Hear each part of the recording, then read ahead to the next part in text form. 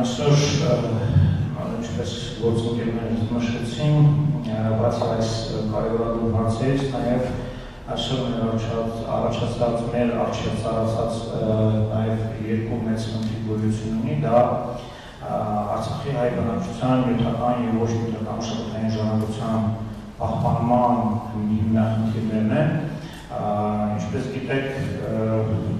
արցախցիների բռնագաղթից հետո մեր ոչ նյութական մշակութային ժառանգությունը գտնվում է կործանման վտանգի առաջ։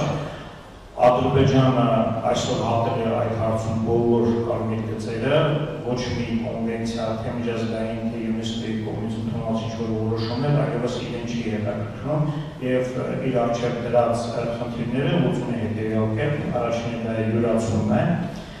որը նոր երևույթ չէ, այլ դա սկսվել է հիմքը դրվել է դեռևս 1920-30-ական, իսկ այնուհետև դա լայն թափով ծավալվել է 1960-ական թվականների սկզբից, երբ որ Հեյդար դարձավ սկզբում ադրբեջանական ԽՍՀ պարտի, իսկ այնուհետև պարտի նախագահ, իսկ այնուհետև ադրբեջանական ԽՍՀ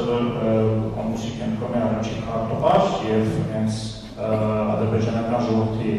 ցանկման այսպես կոչված աղբանական կոնցեպցիան հիմնականում հիմնված է յուրացման քաղաքականության վրա։ Հաջորդը դա պարզապես ոչնչացումն է, մենք տարբեր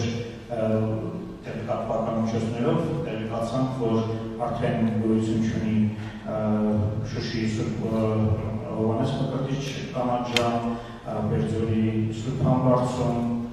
Հադրութի շրջանի Մոխրենես գյուղի Սուրբ Սարգիս, Մարիամաձորի Սուրբ Աստվածածին և այլ ջրականի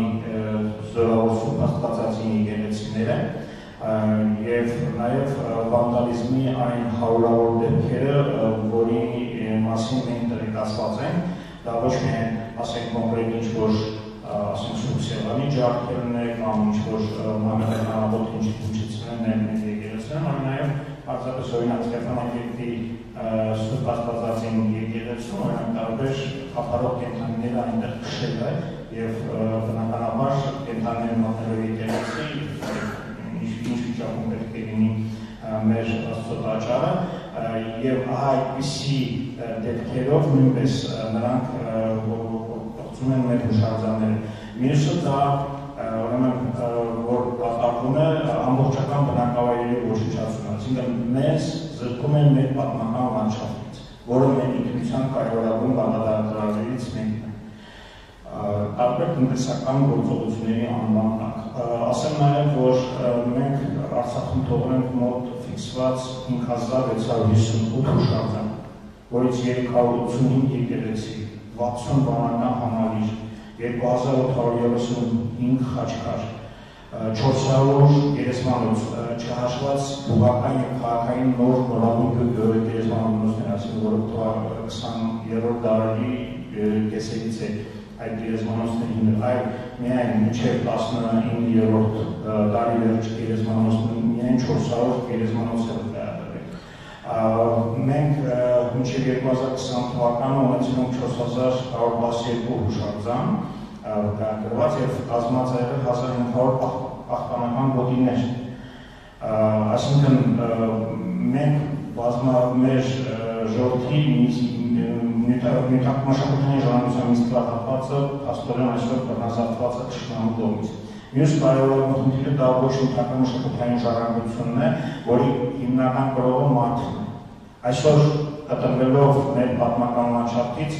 արցախցին չի կարողանում յուրացնել այն լեզվակենցաղամշակութային առանձնահատկությունները, որը ինքն ունեցել է իր հայրենիքում, իր հայրենիքի այդ հատվածում։ Եվ այսօր թիվ մեկ խնդիրը այստեղ արցախցիների արտագաղթն է և նրանց ցրված ապրելը Հայաստանի Հանրապետության տարածքում, որը թույլ չի տալիս, որպեսզի արդյունավետ քաղաքականություն վարել և պահպանել գոնե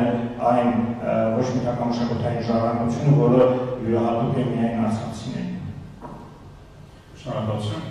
Տիկին Սահակյան, զեկույցում դուք բազմաթիվ կետերի եք անդրադարձել, որոնք այս պահին էլ լուծման կարիք ունեն եւ հրատապ են։ Ես քանի որ խոսեցիք որպես հրատապ լուծման կարիք ունեցող խնդիրներից գերիների եւ բռնի անհետաց